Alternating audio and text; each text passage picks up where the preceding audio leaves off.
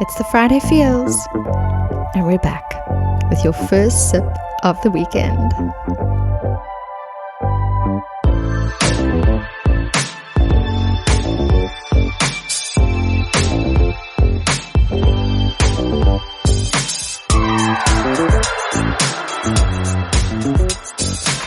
You're now tuned in to this week's episode of Your Happy Hour. I'm your host, Nicole Carmine, and it's amazing to have you here, joining me this week as we uncover the truths about being a human and a working professional. What are you up to this Friday? Well, whatever it is, this moment is just for you. And we're back with another episode on the Feels podcast. This is the Your Happy Hour series. And a very, very big welcome to a guest today that I'm so happy to chat to. And you're in the country that I'm yearning to go visit very soon. A big welcome to you, Sally Stewart, to the Feel Space, to the Your Happy Hour podcast. And we're still talking about the surprise of self-care this month. And just really excited to hear about your journey and what this means to you. And yeah. Awesome. Well, thank you, Nicole, for having me. And I can say it's a nice sunny day in South Africa, so sending good vibes your way. Thank you.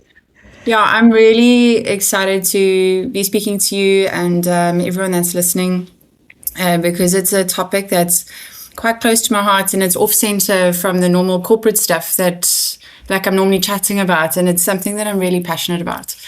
So, I'm excited to kick off because I feel like the whole subject about self-care it can be like quite stigmatized in a way, and people find it difficult. You know, it's like self-care is something that's hard. I have to like decompartmentalize what it is that I need to care about and how do I do it and how do I make the time and does it cost me money or whatever it might be. I think a lot of people are quite prone to picking up the boundaries sometimes, and it's difficult. It's a choice that you've got to make, you know, to actually invest in yourself. I'm excited to chat about a little bit of the things that I've gone through that hopefully can help people along the way. I love that. Yeah, and I agree with you. I think it's when we came up with this theme, it kind of felt to me like, ooh, I don't really want to talk about this either. Yeah. You know, and it's self-care, something we choose every day, like you mentioned, and it doesn't have to be something that's separate from ourselves. It's so much part of who we are. So yeah, tell me a little bit about how you got to be where you are today and kind of where the journey has led you to leading the life that you're living.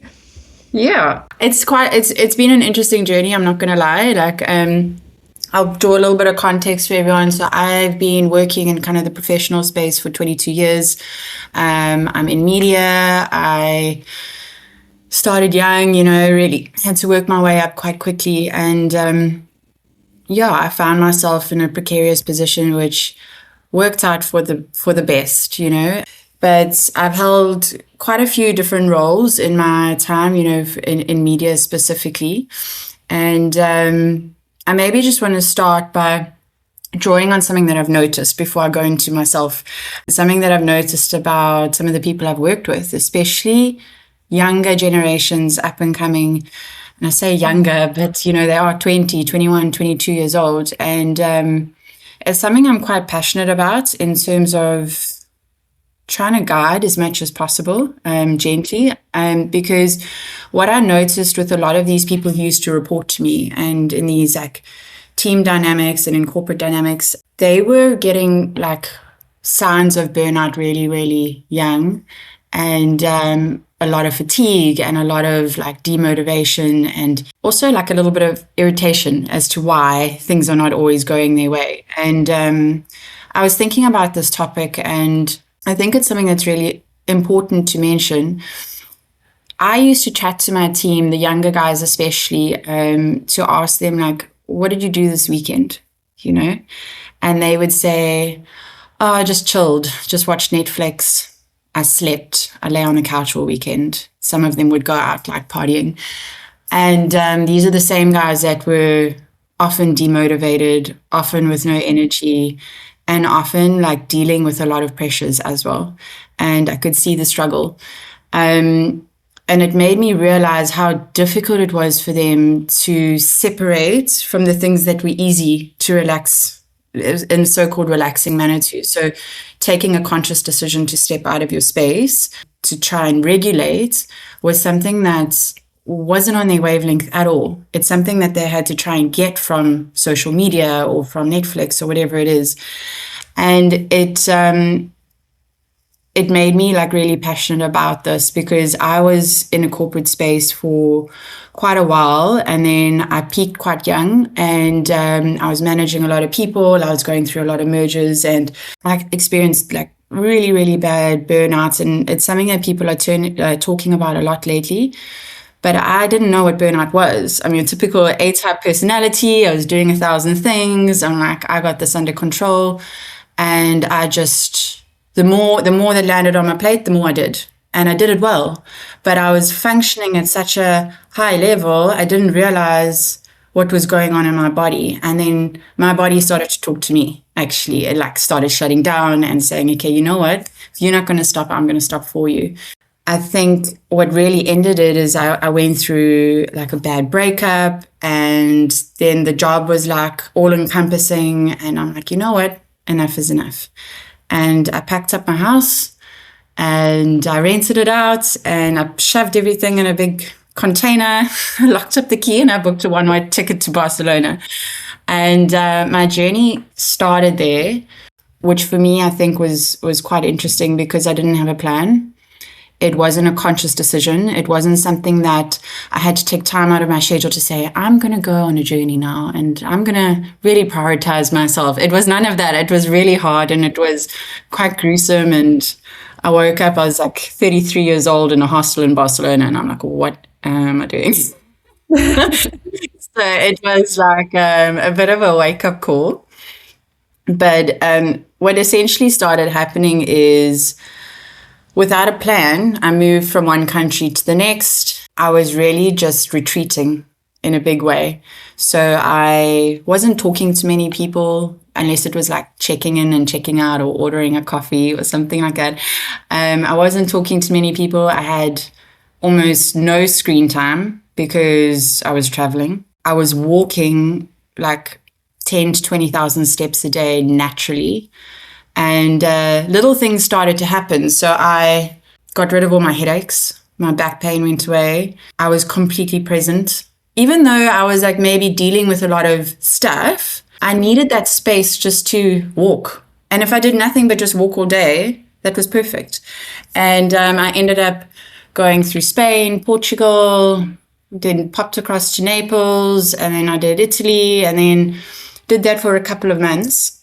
Did some yoga along the way, because as much as you move, sometimes you need a ground. And I did find that every now and then I felt a little bit flighty, and I just needed a space to stay for a week or so. So that really helped me. But what was interesting is I came back home to South Africa, and the minute I landed, I was like, I'm not ready to be here. I'm not interested. And I booked a ticket to Thailand. So 2 weeks later, I was off. And I think everyone thought I was mad. And again, like I kind of just hopped around in Thailand, and it's kind of a safe space for me. I really resonate a lot with Thailand and its principles, its people. Yeah, and kind of what started happening is in Thailand, I started to do a lot more self-care practice. So it's almost like I'd done this purging the previous couple of months in Europe. It's almost like I had to walk through everything, and in Thailand, I found time for me. And instead of focusing on everything that had happened to me or that I had been through or like that kind of stuff, the external things, in Thailand, I was like, okay, now I'm here and I'm ready to just work on me a little bit. And it took months to get there. But I think in hindsight, what was really cool is that when that journey came to an end and I decided to come home, I came home wholeheartedly present in my own skin. And I'd let go of everything around me. All my stuff was in storage, and had nothing but the clothes in my bag. And I got home and I made a very conscious decision not to unpack. So I came and I rented an Airbnb with no TV. And this is where the conscious self-care journey like really started to unfurl, because it had been like maybe 6 months or so of traveling. Came back, I started working again, and I'm like, okay, now I've got to integrate things into a day with work, you know. I started a really specific routine that I made up that worked for me. You know, it wasn't about following something else. Yeah, I'd wake up in the morning and I would do 1,000 skips, for example, because I couldn't go walking. So I got on the balcony and I was skipping, and then I'd do 10 minutes of meditation and a little bit of stretching, and I'd go to work. And I'd do my thing, and I was brutally honest with everyone around me. Like, I just felt I was in my skin, and it was such a nice feeling. And then I prioritized time to leave work early twice a week, which I discussed with my boss to say, okay, now I'm going to go to training on these days and I'm going to do this on this day. But I made it work in my schedule because I had to prioritize that. I started eating almost purely vegetarian, cut out alcohol, and I was training like 6 days a week. So I was feeling so in control. I was in the best shape of my life. I was feeling healthy. But what was more important is that in the evening when I got home, I wasn't collapsing on the couch and just, absorbing all the stuff that's around us all the time. I was reading, and I was reading like really specific books, and I was doing crystal work, and I was drinking cinnamon tea, and I was really trying to develop my own safe space. And I actually started to do like a little journal to say, okay, how do I feel on this day? And I'd give myself ratings and to see if I slept better, for example, because I ate something in a certain way for the past couple of days. Is it affecting my sleep? Is it affecting my mood? So it's a long-winded way of saying there's a lot that we can go through as humans, and it can be really difficult. But there's always a way to kind of work around it, and the control is really with you. So even small little principles, bringing that into your space is so important. There's lots more I can talk about, but I don't want to ramble. No, this is perfect. And I'm just smiling so much because for those who've kind of followed the podcast along, that's been a lot of what my journey was when I started this podcast, and what spurred me to encourage me to start it was to have more conversations about these things. And I was also walking a ton, traveling a ton, shedding a lot of skin, and I feel like it's really beautiful for people to hear that it's important sometimes to take yourself out of the environment that you were in when you were feeling a lot of these things. And it's okay. It's okay to let go of that framework. It's okay to say, I'm walking away from the life that I thought might have made me happy, And I think that's the hardest part, is that not everyone knows how to build a successful life beyond that, like we always, and maybe your idea of success in the first chapter and the idea of success in the next chapter and of self-care, for example, looks different. I remember I kind of also went through this journey where I was becoming more mindful and healthy and all of that. But what I also noticed, and maybe it'd be interesting to hear your take, is at times where it was kind of going tough, I would sometimes want to slip back into, the things that are the couch and the, escape into the movies or, whatever it is. How do you sustain the self-care? How do you kind of maintain that now? Look, I do love a good Netflix show. I'm not going to say that I don't, especially now that I'm older and I have 2 kids, and whatever time I can get, I'm amazing.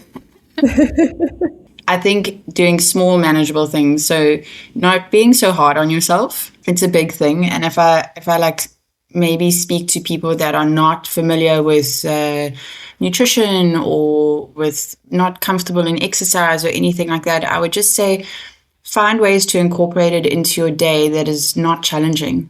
So, something as simple as walking meetings. So if you're in a corporate and you want to have a meeting with someone, instead of sitting in the canteen and chugging down a Red Bull, go for a walk and have that conversation naturally out in the open. And, that's one way of incorporating a little bit of exercise, a little bit of fresh air, a new perspective on things. But there are tough decisions that you've got to make, and you've got to hold yourself accountable for it. So catch yourself. So if you are on like hour 2 or 3 of scrolling and just watching Netflix and stuff like that, okay, enough is enough. It's like when you eat a pizza, you don't need to eat the whole pizza. You can have a couple of slices, but you don't need the whole thing. You know what I mean?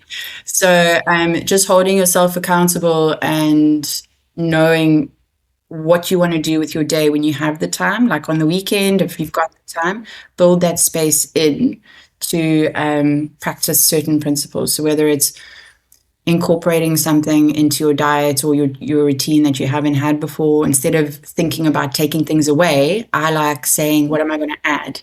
Because if you're adding things in, automatically the other things need to leave, because you can't have it all. You know what I mean? So if you're going to start making changes, what am I going to add to my day today? And it's just about the choices you make on a daily basis, as opposed to the choices you have to make for the rest of your life. So your life changes from day to day, but every single day is your decision. So if you want to wake up and be happy, you know, stand up, like hold yourself accountable and say, you know what, I'm going to do everything I can in my power today to have a good day. And if it's just that's your goal, then I think you can accomplish a lot to then come back home and say, did I have a good day or did I not have a good day? And why? You know, and then you take that into your next day again. So small little changes can make a big difference. Yeah, I love that a lot. And I think also maybe in that question of like, did I have a good day or did I not have a good day? It could be around not thinking about what would other people's perception of what is a good day be like for me. Is like, did I have a good day, or what does that look like? Cultivating kind of a knowing of yourself and what's good for you. Because, you know, I think sometimes it's hard when you write down like things like it might have made your day a bad day, and then you're like, oh, but other people are starving, you know, or whatever that my comparison might be, and so you're not really looking after yourself. And I want to ask you, so the topic's like the surprise of self-care, and the reason we chose that was sometimes self-care can be so surprising. Like I remember when we spoke about this, this was a theme that actually was thought of in season 1 already, but we just never got to it. And the conversation at the time was like, wow, why am I not doing more of this? Like, why is it so surprising that self-care is good for you? You know, why are we not like born and bred to like know these things? Was that like that for you? Like that you felt this surprise, or what did that feel like? I would say that like your body knows what it needs, and like it's your heart and your mind and all of these things that need different things from your day and from a self-care like regimen, if I want to call. I don't like the word regimen because it sounds quite militant, but you know what I mean. So I reached a stage where my heart was just it wasn't that it was unhappy, it's that it was like craving something. You know what I mean? And I knew that my life at this time wasn't working. And I still tap into that on a daily basis. And I think that the surprise factor comes in when you trust your body, when you do know that, and you trust it wholeheartedly. Because for me, like going and spending the time at the spa or something like that, yeah, it's a form of self-care. But for me, a true self-care is being able to tap into your emotions and be completely brutally honest with yourself. Because you can like, I don't want to like swear, you can like really pull the wool over other people's eyes and pretend that everything's okay. But when you sit in a room on your own with nothing around you and no devices and nothing to do, you know, how do you feel? And that's sometimes I need to take myself away, and then I'll say to my husband, I'll be like, you know what, I feel uncomfortable, or I don't want to do this, or I think we should maybe look at this or whatever. And I love the fact that I can have a relationship with him that we are so supportive of each other, no matter what the feelings are. We have a totally safe space to speak our minds and without judgments. And that, for me, brings me into a space where I feel like I can look after myself. Because if I'm not happy, for example, or if I'm feeling really stressed, I can go to him and say, you know what, I'm feeling really stressed out. Can I have a couple of hours? Do you mind if I have a couple of hours to go and do my thing and you watch the kids, for example? He'd be like, 100%, no problem. because I've communicated with him what I need, and he's allowed me the space to do that, and vice versa. You know what I mean? And that's where relationships, healthy relationships, I think, can really thrive, is through that open communication.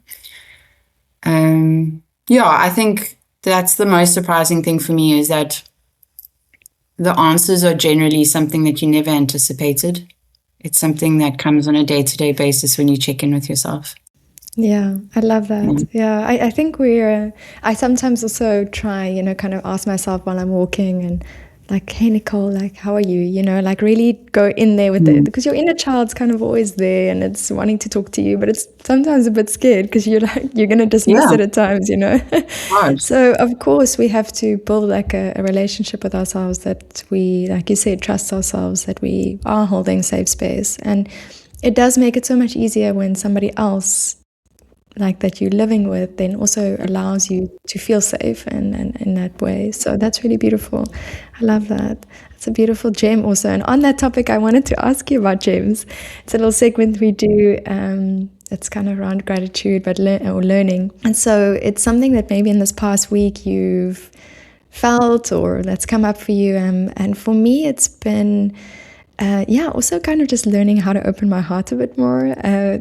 Some things happened where like old chapters were kind of popping up a little bit, going, okay, you haven't quite closed that. You thought you healed it. You don't really think about it, but now there's this little glimmer of release that you need, and it's made me realize that I need to open my heart more to loving and being able to give and receive love. And so that was really a beautiful gem. And so I'm actively working on that one at the moment. What about for you? For me this week, or like in general? In the last week, was there something that's popped up for you that you feel? Sure, so much, eh? My life in the past couple of years has been nothing but turmoil. So as much as, not nothing but turmoil, it's maybe a bit dramatic, but it's been very tumultuous, a lot of change. And this past week, I've been so grateful for time with my kids. I mean, I'm on maternity leave at the moment. I'm home in South Africa. I live in Dubai. So it's been a very different work culture and like pace and everything for me there in terms of being outdoors. And I've found such beautiful moments in the past week just watching my little one play. So I've got a 2.5-year-old and a 2-month-old, and it's been a ride, but my little one's name is Logan, and watching him play in the waves at the beach has been like amazing, because when we first got home, he was scared of the waves. And I grew up on the beach. Like, I'm a total coastal girl, and it didn't click to me that he'd never really seen waves. I mean, we've lived in Dubai, but before that, I mean, we were in Mauritius and places with calm water.